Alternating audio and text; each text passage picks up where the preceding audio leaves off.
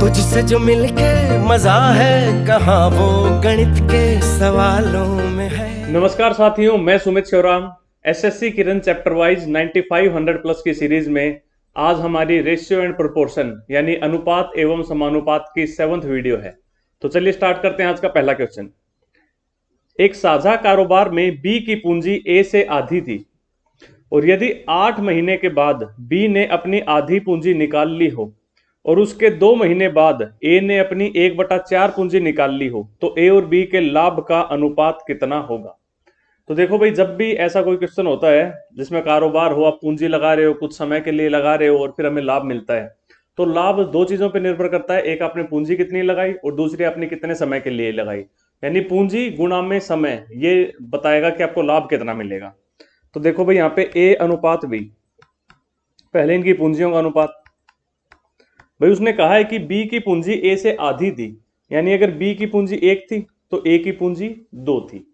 फिर बोला गया कि बी ने अपनी आधी पूंजी निकाल ली 8 महीने के बाद, तो 8 महीने तक तो ये ए की पूंजी लगी उसकी, तो 1 गुणा में 8 कितना हो गया भाई, 8। और अगले 4 महीने तक, भाई पूरे साल में 12 महीने होते हैं, 8 महीने तो हो गए, अगले 4 महीने तक बी ने अपनी आधी पूंजी निकाल कर रखी, तो भाई एक में से आधा गया, कितना बचा भाई, 0.5 बचा। अब जो 0.5 बचा ये अगले 4 महीने तक रखा उसने, तो कितना भाई 0.4 ना 0.5 इंटू 4 2। और ए के साथ क्या हुआ भाई, ये कहा गया कि जब 8 महीने के बाद बी ने अपनी आधी पूंजी निकाली, उसके 2 महीने बाद ए ने अपनी 1/4 पूंजी निकाल ली, उसके और 2 महीने बाद, यानी कि टोटल 10 महीने तक तो ए ने ये 2 पूंजी रखी, तो 2 गुणा में 10 कितना भाई 20। और लास्ट के 2 महीने भाई कह रहा है ए ने अपनी 1/4 पूंजी निकाल कर रखी, तो 2 का 1/4 कितना होता है भाई, आधा, तो बच गई पूंजी कितनी, 1.5। ये 1.5 पूंजी उसने 2 महीने तक रखी, तो 1.5 इंटू 2 कितना हो गया भाई 3। तो देखो भाई, टोटल मैं कहूंगा भाई 20 और 3 कितना 23, और बी का 8 और 2 कितना भाई 10। तो मैं कहूंगा इनका वो जो लाभ मिलेगा वो 23:10 में मिलेगा, जो कि ये रहा ऑप्शन डी में है अपने पास। ठीक है, 23:10 इस अनुपात में इनको लाभ मिलेगा ए और बी को। चलिए भाई नेक्स्ट, ए और बी 3:5 के अनुपात में निवेश करते हैं। 6 महीने बाद सी भी बी के बराबर राशि निवेश करके कारोबार में शामिल हो जाता है। देखो भाई, ए है, बी है और सी है, 3:5 में पूंजी लगाई ए और बी ने, लेकिन 6 महीने के बाद सी आया और उसने उतनी पूंजी लगाई जितनी बी ने लगाई थी, तो बी ने 5 लगाई है, तो मैं कहूंगा भाई सी ने भी 5 ही पूंजी लगाई। ठीक है, ये तो हो गया इनकी पूंजियों का अनुपात। अब समय की बात कर लेते हैं। भाई पूरे साल पूंजी लगी रही ए की और बी की, तो ए ने 12 महीने तक रखी, बी ने 12 महीने तक, और सी कब आया था भाई, 6 महीने के बाद आया था, तो 6 महीने तो जा चुके थे 1 साल के, तो बचे कितने 6 महीने, तो बी ने ना सी ने ये पूंजी 6 महीने तक रखी थी। ठीक है, तो ऐसे देख लो भाई, इनका जो लाभ का अनुपात होगा, मैं इनको गुणा करके लिख दूंगा भाई, 3 और 12 की गुणा, फिर 5 और 12 की, और 5 और 6 की, और उससे पहले अगर ये कुछ कट रहे हैं तो आप काट सकते हो। देखो 6 से कट रहा है, 6 कम 6, 6 दूनी 12, 6 दूनी 12। अब लिख दो भाई, 3 दूनी कितना 6, 5 दूनी कितना 10, 5 एकम कितना 5, तो ये हो जाएगा इनका लाभ का अनुपात 6:10:5। कहां पे है भाई, ये रहा ऑप्शन ए में, 6, 10 और 5। ठीक है, चलिए भाई नेक्स्ट, 3 भाइयों ने आपस में 1620 रुपए की राशि ऐसे बांटी कि दूसरे भाई को अन्य 2 भाइयों के संयुक्त हिस्से का 5/13 हिस्सा मिला। देखो भाई, 5/13 हिस्सा मिला किसका, अन्य 2 भाइयों के संयुक्त हिस्से का। तो अगर ये 13 अगर अन्य 2 को मिले हैं, अन्य 2 भाइयों को, तो ये 5 इस दूसरे भाई को मिले हैं, जो उसने लिखा है भाई, दूसरे भाई को अन्य 2 भाइयों के संयुक्त हिस्से का 5/13 मिला। ठीक है, तो मैं कह सकता हूं अगर टोटल हिस्सा 18 था तो 5 तो मिलेगा इस एक को और बाकी के 13 मिलेंगे बाकी के बचे हुए दोनों को।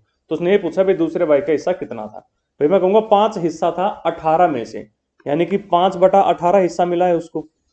ठीक है, 5/18 हिस्सा, लेकिन किसका भाई, 1620 का, तो इसको गुणा कर दूंगा 1620 से, 18 निम्मा 162, 90 भाई 450, 90 इंटू 5 450, ऑप्शन बी आंसर हो जाएगा कि दूसरे भाई का हिस्सा था 450 रुपए।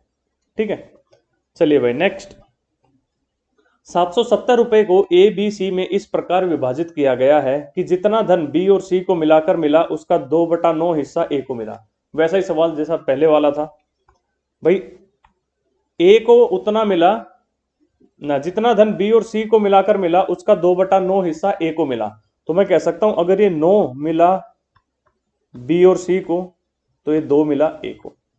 ठीक है भाई, बी और सी को जितना मिला उसका 2/9 ए को मिला, तो मैं कहूंगा अगर 9 मिला है बी और सी को मिलके तो 2 मिला है ए को। तो यहां से मैं कह सकता हूँ टोटल हिस्सा 11 था भाई, 2 ए को मिला और 9 मिला बी और सी को, तो टोटल हिस्सा 11 हो गया। तो ए को मिल रहा है भाई कितना, 2/11, लेकिन 2/11 किसका, 770 का। तो इसको गुणा कर दूंगा 770 से, ये काटेगा इसको 7 में, तो 140 रुपए। तो ए का हिस्सा हो गया भाई कितना, option A 140 is the right answer. चलिए भाई नेक्स्ट, ए और बी दोनों मिलाकर एक उद्यम शुरू करते हैं जिसमें ए सक्रिय भागीदार के रूप में कार्य करता है। ए इसमें 4000 रुपए का निवेश करता है और 8 महीने बाद फिर 2000 रुपए निवेश करता है। बी इसमें 5000 रुपए निवेश करता है लेकिन 9 महीने बाद इसमें से 2000 रुपए निकाल लेता है।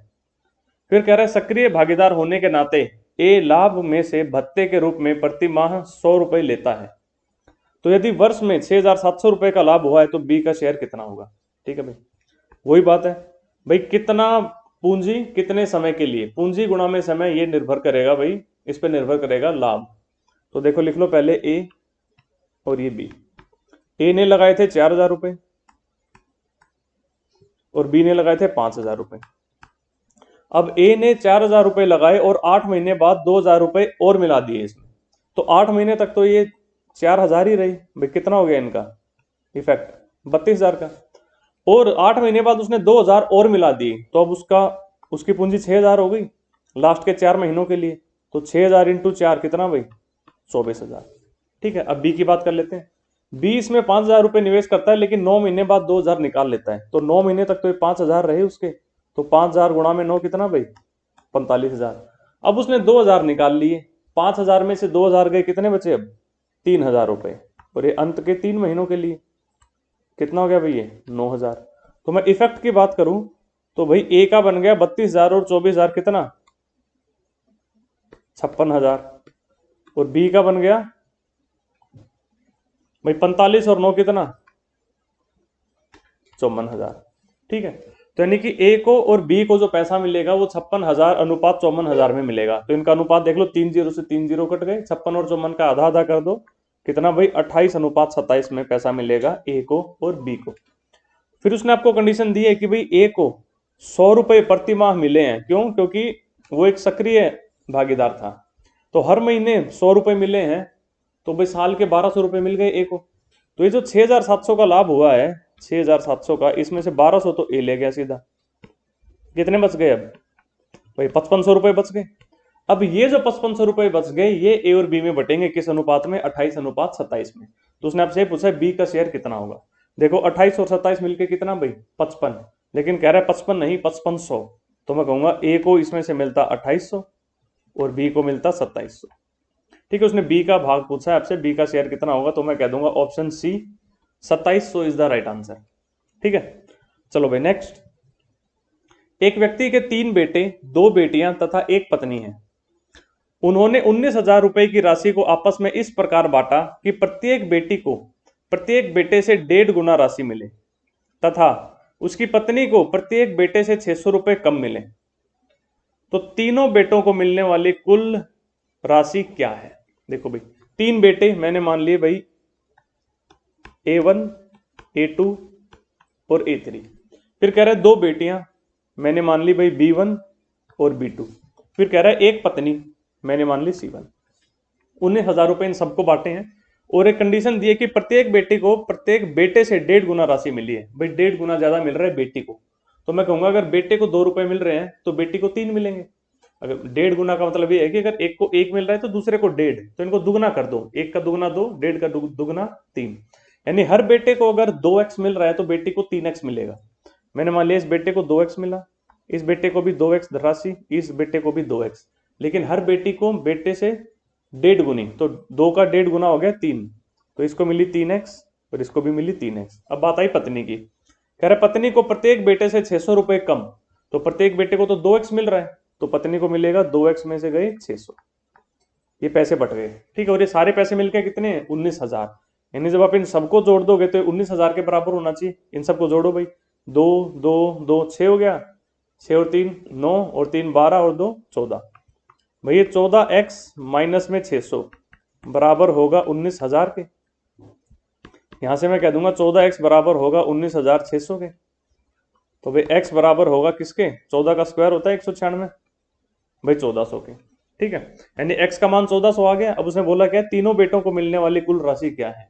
तीनों बेटों को कितना मिला भाई? 2x 2x और 2x, 6x मिला है। तो मैं कहूंगा 6x कितना हो जाएगा? 1400 के गुणा 6 से 8400। So option D 8400 is the right answer. चलो भाई नेक्स्ट। रमन, रोहित तथा राजा साझेदार हैं तथा एक व्यापार में निवेश करते हैं। रमन कुल निवेश का 1/4 भाग और रोहित कुल निवेश का 1/3 भाग निवेश करता है।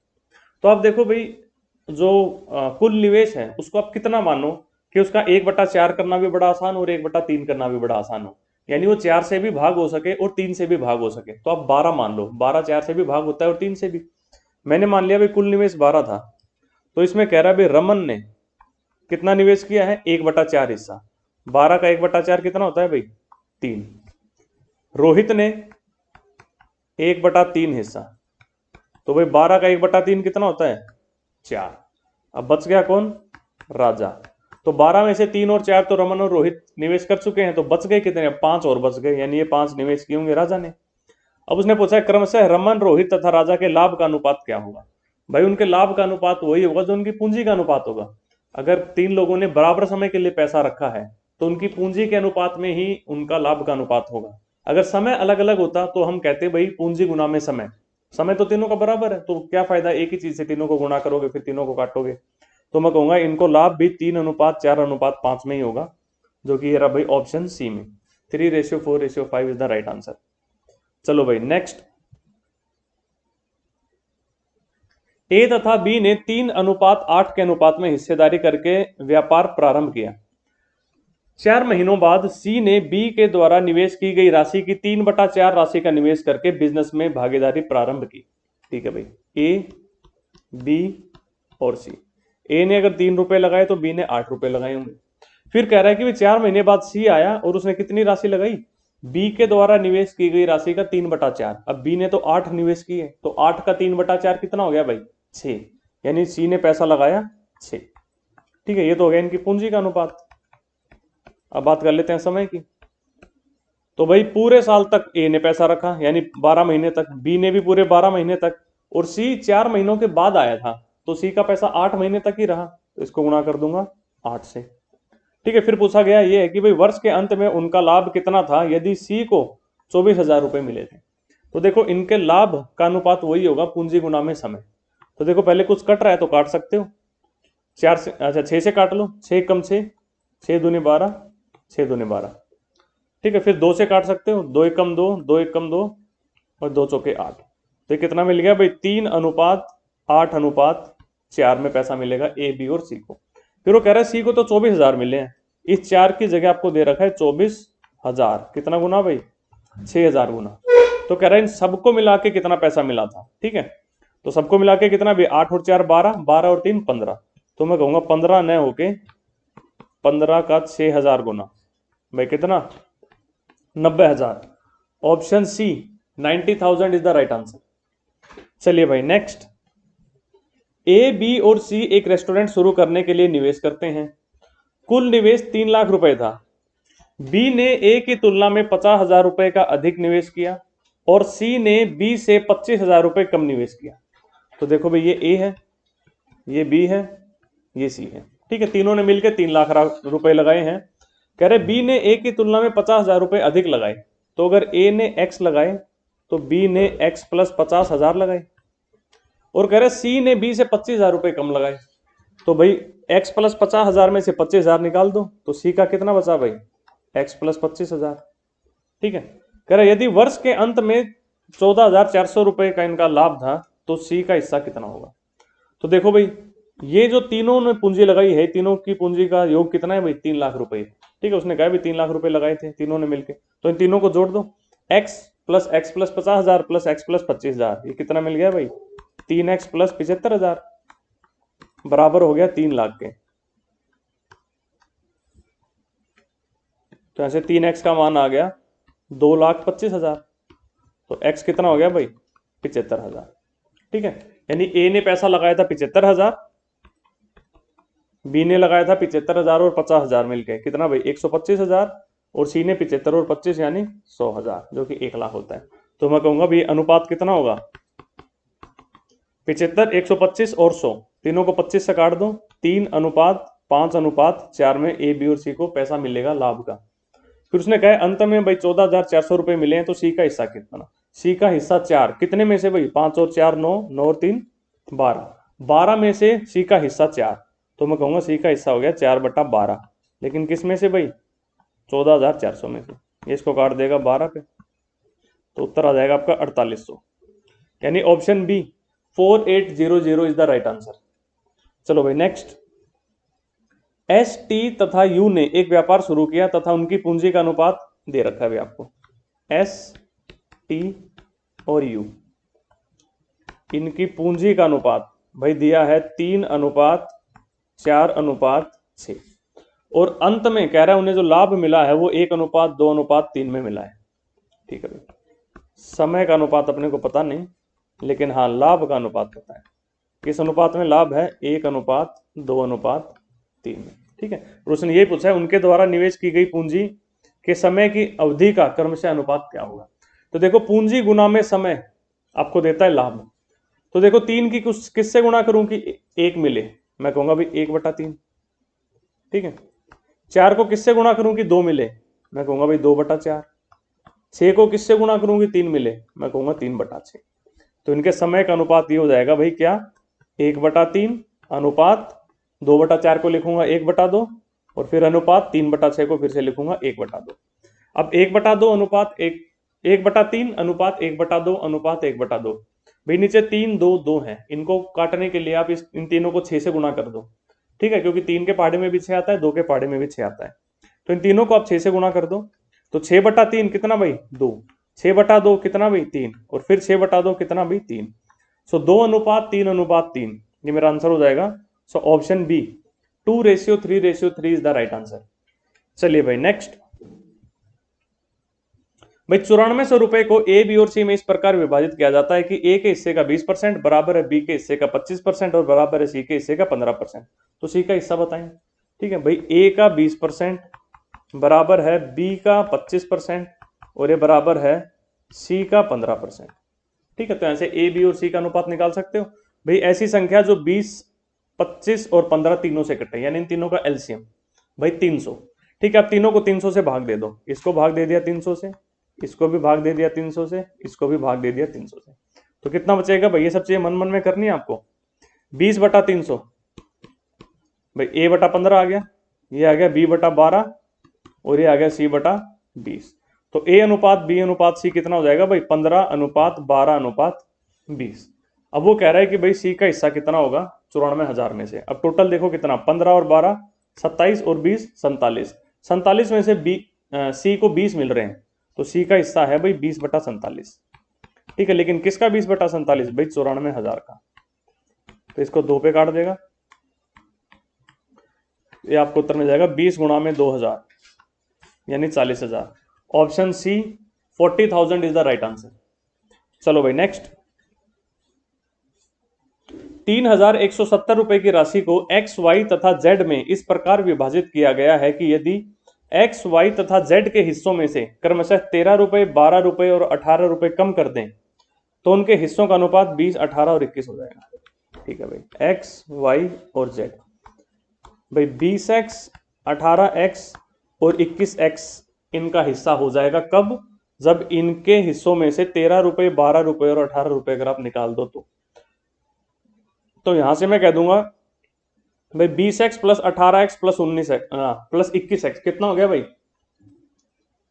59x। 10 20 30 40 50, हाँ 59x।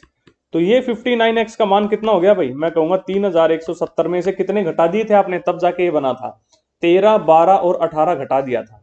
तो 13 और 12 कितना भाई? 25, 25 और 18 कितना भाई? 43।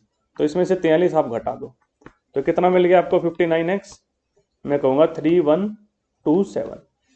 ठीक है, तो ऐसे x का मान आ जाएगा भाई, 59 से डिवाइड करो 3127 को। सो ये कटेगा पहले 5 पे, लास्ट में 7 है, ये 3 पे। ठीक है, 53 पे पूरा पूरा कट रहा है ये, x इज इक्वल्स टू 53। तो उसने आपसे पूछा क्या है, z का आरंभिक हिस्सा क्या है। तो z के हिस्से में से जब 18 रुपए निकाल दिए थे तब उसका हिस्सा 21x रुपए बचा था। तो मैं कहूंगा z का हिस्सा कितना था भाई? 21x प्लस में 18 रुपए। ये मेरा उत्तर हो जाएगा। ठीक है, x की जगह आप 53 रख दो, तो मेरा उत्तर हो जाएगा 21 गुणा में 53 प्लस में 18। ठीक है, आपको मिलेगा 53 एकम 53, 3 1 106 और 5 111। ठीक है, और प्लस में 18, तो ये मिल जाएगा आपको 1131। सो 1131 भाई, option A 1131 is the right answer. चलो भाई नेक्स्ट, ए और बी 3:7 के अनुपात में एक व्यवसाय में निवेश करते हैं। वह व्यवसाय एक वर्ष में 60,000 रुपए का लाभ कमाता है। अब उन्होंने लाभ का 40% हिस्सा फिर से निवेश कर दिया। तो कह रहा है अब भाई उसके बाद इन्होंने लाभ को वितरित करने का निर्णय लिया, तो ए का कितना हिस्सा प्राप्त होगा? तो देखो 60,000 का 40% तो उन्होंने फिर से निवेश कर दिया, यानी कि जो बच गया 60% वो उसी को बांटेंगे आपस में। तो 60,000 का 60% कितना भाई? 60% होता है 3/5, कितना आ गया भाई? 36,000। ये 36,000 रुपए को आपस में बांटेंगे। ठीक है, अभी 36,000 को किस अनुपात में बांटेंगे भाई? ए अनुपात बी की निवेश की पूंजी का अनुपात था 3:7। तो उसने पूछा ए को कितना हिस्सा प्राप्त होगा। भाई ए को 3 हिस्सा मिलेगा जब बी को 7 मिले। तो मैं कहूंगा जब टोटल 10 था तो ए को 3 मिल रहा है, यानी कि ए को 3/10 मिल रहा है। लेकिन ये 3/10 किसका भाई? 36,000 का। तो इसको 36,000 से गुणा कर दिया, 0 से 0 कट गया, ये 108 और ये 2 0।